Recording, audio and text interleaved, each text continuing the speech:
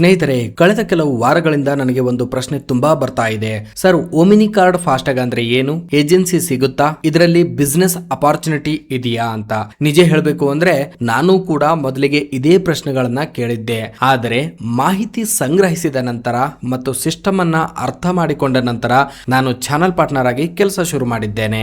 ಇವತ್ತಿನ ವಿಡಿಯೋದಲ್ಲಿ ನಾನು ಯಾಕೆ ಈ ಅವಕಾಶವನ್ನ ಸೀರಿಯಸ್ ಆಗಿ ನೋಡಿದೆ ಮತ್ತು ಇದರಲ್ಲಿ ನನಗೆ ಕಾಣಿಸಿದ ಪ್ಲಸ್ ಪಾಯಿಂಟ್ಗಳು ಏನು ಅನ್ನೋದನ್ನ ಹೇಳ್ತೀನಿ.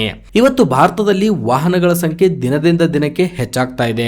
ಹೊಸ ಕಾರುಗಳು, ಹೊಸ ಬೈಕ್ಗಳು, ಹೊಸ ಕಮರ್ಷಿಯಲ್ ವಾಹನಗಳು ರಸ್ತೆಗೆ ಬರುತ್ತಿವೆ. ಅದರ ಜೊತೆಗೆ ಫಾಸ್ಟ್ಯಾಗ್ ಕೂಡ ದಿನನಿತ್ಯ ಅವಶ್ಯಕತೆ ಇದೆ. ಆದರೆ ಇನ್ನೂ ಅನೇಕ ಕಡೆ ಜನರಿಗೆ ಸರಿಯಾದ ಮಾರ್ಗದರ್ಶನ ಸಿಗ್ತಾ ಇಲ್ಲ. ಕೆಲವರಿಗೆ ಫಾಸ್ಟ್ಯಾಗ್ ಬೇಕಾಗುತ್ತೆ, ಇನ್ನು ಕೆಲವರಿಗೆ ರಿಚಾರ್ಜ್ ಸಹಾಯ ಬೇಕಾಗುತ್ತೆ, ಕೆಲವರಿಗೆ KYC ಸಂಬಂಧಿಸಿದ ಸಹಾಯ ಬೇಕಾಗುತ್ತೆ. ಇಲ್ಲಿಯೇ ಸ್ಥಳೀಯ ಪಾರ್ಟ್ನರ್ಗಳ ಪಾತ್ರ ಬರೋದು. ಈ ಏಜೆನ್ಸಿ ತಗೊಂಡಿರೋರಿಗೆ ಇದೇ ಬೆನಿಫಿಟ್. ನಾನು ಹಲವಾರು ಅವಕಾಶಗಳನ್ನ ನೋಡಿದ್ದೇನೆ, ಆದರೆ ನನಗೆ ಮುಖ್ಯವಾಗಿ ನೋಡೋದು 3 ವಿಷಯ. ಮೊದಲನೇದು ಪ್ರಾಡಕ್ಟ್ಗೆ ಡಿಮ್ಯಾಂಡ್ ಇದೆಯಾ, ಎರಡನೇದು ಲಾಂಗ್ ಟರ್ಮ್ ಮಾರ್ಕೆಟ್ ಇದೆಯಾ, ಮೂರನೇದು ಪಾರ್ಟ್ನರ್ಗಳಿಗೆ ಗ್ರೋತ್ ಅಪಾರ್ಚುನಿಟಿ ಇದೆಯಾ. ಈ 3 ಅಂಶಗಳಿಂದ ನಾನು ಓಮಿನಿ ಕಾರ್ಡ್ ಫಾಸ್ಟ್ಯಾಗ್ ಬಗ್ಗೆ ಹೆಚ್ಚು ತಿಳಿದುಕೊಳ್ಳಲು ಶುರು ಮಾಡಿದೆ. ನನಗೆ ವೈಯಕ್ತಿಕವಾಗಿ ಇಷ್ಟವಾದ ವಿಷಯ ಏನೆಂದರೆ ಇದು ದಿನನಿತ್ಯ ಬಳಕೆಯ ಸೇವೆಗೆ ಸಂಬಂಧಪಟ್ಟಿದೆ.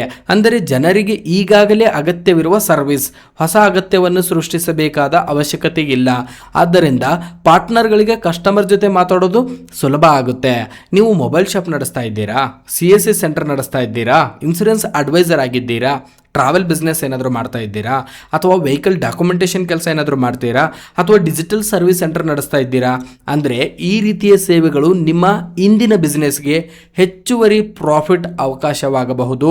ಯಾಕಂದರೆ ನಿಮ್ಮ ಬಳಿಗೆ ಈಗಾಗಲೇ ವಾಹನ ಮಾಲೀಕರು ಬರುತ್ತಿರುತ್ತಾರೆ.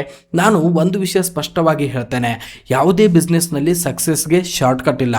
ಕೆಲವರು ಜಾಯಿನ್ ಆದ ಕೂಡಲೇ ದೊಡ್ಡ ಇನ್ಕಮ್ ನಿರೀಕ್ಷೆ ಮಾಡ್ತಾರೆ. ಅದು ಸರಿಯಾದ ಮನೋಭಾವ ಅಲ್ಲ. ಮೊದಲು ಕಸ್ಟಮರ್ ಬೇಸ್ ನಿರ್ಮಾಣ ಮಾಡಬೇಕಾಗುತ್ತೆ, ನೆಟ್ವರ್ಕ್ ಕೂಡ ಕ್ರಿಯೇಟ್ ಮಾಡಬೇಕಾಗುತ್ತೆ, ಸರ್ವಿಸ್ ಕ್ವಾಲಿಟಿ ಕಾಪಾಡಬೇಕಾಗುತ್ತೆ, ಅದಾದಮೇಲೆ ಗ್ರೋತ್ ಬರುತ್ತೆ. ಯಾರು ಕನ್ಸಿಸ್ಟೆಂಟ್ ಆಗಿ ಕೆಲಸ ಮಾಡ್ತಾರೋ ಅವರಿಗೆ ಅಪಾರ್ಚುನಿಟಿಗಳು ಹೆಚ್ಚು ಹೆಚ್ಚು ಸಿಗುತ್ತೆ. ನನ್ನ ಅಭಿಪ್ರಾಯದಲ್ಲಿ ಈಗ ಡಿಜಿಟಲ್ ಸೇವೆಗಳ ಕಾಲ. ಜನರು ಆನ್ಲೈನ್ ಪೇಮೆಂಟ್ ಬಳಸ್ತಾ ಇದ್ದಾರೆ, ಡಿಜಿಟಲ್ ಡಾಕ್ಯುಮೆಂಟೇಶನ್ ಬಳಸ್ತಾ ಇದ್ದಾರೆ. ಫಾಸ್ಟ್ಯಾಗ್ ಕೂಡ ಅದೇ ಇಕಾಮ್ ಸಿಸ್ಟಮ್ನ ಒಂದು ಭಾಗ. ಅದರಿಂದ ಈ ಕ್ಷೇತ್ರದಲ್ಲಿ ಕೆಲಸ ಮಾಡೋರಿಗೆ ಮುಂದಿನ ದಿನಗಳಲ್ಲಿ ಅವಕಾಶಗಳು ಇನ್ನೂ ಹೆಚ್ಚಾಗಬಹುದು. ಅದರಿಂದಾಗಿ ಇವತ್ತಿನಿಂದಲೇ ಮಾರ್ಕೆಟ್ ಬಿಲ್ಡ್ ಮಾಡ್ಕೊಳ್ಳೋದನ್ನು ಸ್ಟಾರ್ಟ್ ಮಾಡಿ. Very very important.